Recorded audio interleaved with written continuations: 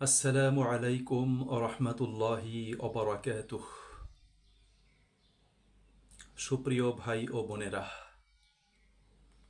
রসূলুল্লাহ সাল্লাল্লাহু আলাইহি ওয়াসাল্লাম বলেছেন, ইন্নাল্লাহা লা ইয়ানজুরু ইলা সুওয়ারিকুম ওয়ালা ইলা আমওয়ালিকুম ওয়ালা ইলা আজসামিকুম ওয়ালাকিন ইয়ানজুরু ইলা আমালিকুম ওয়া কুলুবিকুম। পরম করুণাময় আল্লাহ তাআলা তোমাদের কারো চেহারা, প্রকৃতি, তার পোশাক পরিচ্ছদ এবং তার টাকা পয়সা ধন সম্পদের দিকে তাকান না। আল্লাহ তাআলা তাকান তোমাদের আমল, তোমাদের কর্ম এবং তোমাদের অন্তঃকরণের দিকে। সুপ্রিয় ভাই এবং বন্ধুরা, রাসূল করিম সাল্লাল্লাহু আলাইহি ওয়াসাল্লামের এই ছোট্ট বক্তব্যটি খুবই গুরুত্বপূর্ণ। একজন মানুষের প্রকৃত সৌন্দর্য তার পোশাকে নয়, তার চেহারা আকৃতিতে নয়, তার টাকা পয়সা ধন সম্পদে নয়। একজন মানুষের প্রকৃত সৌন্দর্য তার মনুষ্যত্বে, তার চরিত্রে, তার আচরণে, তার কর্মে। সুন্দর পোশাক পরলেই প্রকৃত মানুষ হওয়া যায় না। প্রকৃত মানুষ হতে হলে তাকে মনুষ্যত্বের দিক থেকে, মানবিকতার দিক থেকে, চরিত্র মাধুর্য, নীতি নৈতিকতা, আদর্শ দৃষ্টিভঙ্গি এবং কর্মের দিক থেকে তাকে ভালো হতে হয়। বাহ্যিক আড়ম্বরটা, সাজসজ্জাটা চোখে পড়ে, কিন্তু চরিত্রের সৌন্দর্য এটা চোখে পড়ে না। এটা কর্মের মাধ্যমে, আচরণের মাধ্যমে এটা ফুটে ওঠে। এই পৃথিবীতে অনেক মানুষই সুন্দর পোশাক পরে, কথায় ভদ্রতার ছাপ থাকে, কিন্তু হৃদয়ের ভিতর যদি সততা না থাকে, মনুষ্যত্ববোধ যদি না থাকে, মানবিকতা যদি না থাকে, চারিত্রিক মূল্যবোধ যদি না থাকে, তার কথা এবং কাজে যদি মিল না থাকে, কর্ম যদি সুন্দর না হয়, তাহলে এটা শুধুমাত্র প্রদর্শনী। সবাই ভালো পোশাক মানে পরতে পারে, কিন্তু মনুষ্যত্বের পোশাক এটা সবাই পরে না। সম্মান কিন্তু আসে মানুষের চরিত্র এবং কর্ম থেকে। একজন মানুষকে আমরা কখন সম্মান করি, কখন মর্যাদা দেই? যখন চারিত্রিক দিক থেকে, কর্মের দিক থেকে সে ব্যক্তিটা উত্তম হয়, তার আচরণ ভালো হয়, তার ভিতর মানবিক গুণাবলী থাকে, মনুষ্যত্ব বোধ থাকে। তখন আমরা হৃদয় মন থেকে, অন্তরের অন্তঃস্থল থেকে তাকে আমরা ভালোবাসি, শ্রদ্ধা করি। কিন্তু যার পোশাক পরিচ্ছদ ভালো, কর্ম ভালো না, মনুষ্যত্ব বোধ নেই, মানবতা বোধ নেই, আমরা কিন্তু তাকে মন থেকে সম্মান করি না। এটা কখনোই হয় না।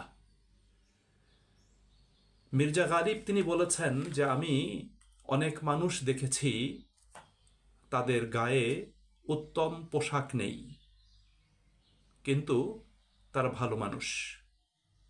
আবার অনেক পোশাক দেখেছি যে পোশাকগুলোর ভিতরে ভালো কোনো মানুষ নেই। আমাদের সমাজ জীবনে আমরা শুধু বাহ্যিক সৌন্দর্য বৃদ্ধির পিছনে সময় কাটাই।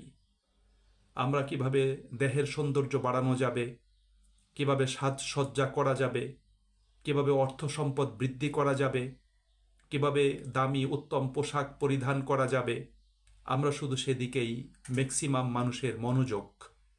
কিন্তু আসলে প্রত্যেক মানুষের মনোযোগ দেওয়া উচিত তার ভিতরগত অবস্থাটাকে সুন্দর করার জন্য, তার চরিত্রকে সুন্দর করার জন্য, তার ভিতরে মনুষ্যত্ববোধ জাগানোর জন্য, মানবিক গুণাবলী তৈরি করার জন্য, উত্তম কর্ম সম্পাদন করে নিজের জীবনকে সমৃদ্ধ করার জন্য।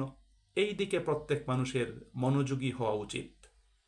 প্রিয় ভাই এবং বন্ধুরা, আপনি যদি কোরআন পড়েন, আপনি দেখবেন যে আল্লাহ রাব্বুল আলামিন উত্তম মানুষের, উত্তম মুমিনদের পরিচয় দিয়েছেন, কিন্তু সেখানে কিন্তু আল্লাহ রাব্বুল আলামিন মানুষের কর্মগত, তার আদর্শিক এবং চারিত্রিক পরিচয়গুলো আল্লাহ রাব্বুল আলামিন প্রদান করেছেন, যে একজন ভালো মানুষের কী ধরনের বৈশিষ্ট্য থাকবে, তার ভিতর কী ধরনের গুণাবলী থাকবে, এই বিষয়গুলো কিন্তু আল্লাহ রাব্বুল আলামিন কোরআনুল কারিমে তুলে ধরেছেন।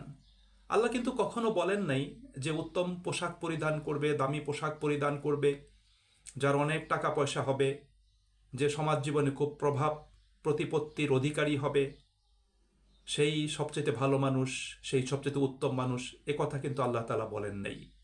আল্লাহ রাব্বুল আলামিন বলেছেন যে ব্যক্তির কর্ম সুন্দর, যে ব্যক্তির ভিতর উত্তম গুণাবলী রয়েছে, যিনি মানবিক গুণাবলী সম্পন্ন, যিনি জীবনে সৎ ও কল্যাণকর কাজ করেন এবং সৎ পথে জীবিকা উপার্জন করে তিনি পবিত্র পরিচ্ছন্ন পরিশুদ্ধ জীবন যাপন করেন, আল্লাহ রাব্বুল আলামিন তাদেরকে উত্তম মানুষ বলেছেন, তাদেরকেই উত্তম মুমিন আল্লাহ তাআলা বলেছেন।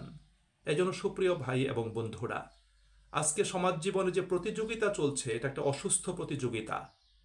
শুধু দৈহিক সাজসজ্জা বৃদ্ধির প্রতিযোগিতা, কিভাবে নানা ধরনের বস্তু সামগ্রী আহরণ করা যাবে, সেগুলোকে পুঁজিভূত করা যাবে, সেগুলোর মালিক হওয়া যাবে, এর প্রতিযোগিতা, ক্ষমতা প্রভাব প্রতিপত্তি বৃদ্ধির প্রতিযোগিতা, এটা শুধু চলছে।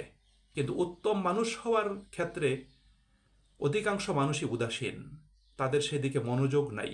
তারা মনে করে আমি যদি সৎ মানুষ হই, আমি যদি ভালো মানুষ হই, আমার ভিতর যদি মানবিক গুণাবলী থাকে, আমার ভিতর যদি মনুষ্যত্ব বোধ থাকে, তাহলে আমি এই দুনিয়ার প্রতিযোগিতায় পিছনে পড়ে যাব।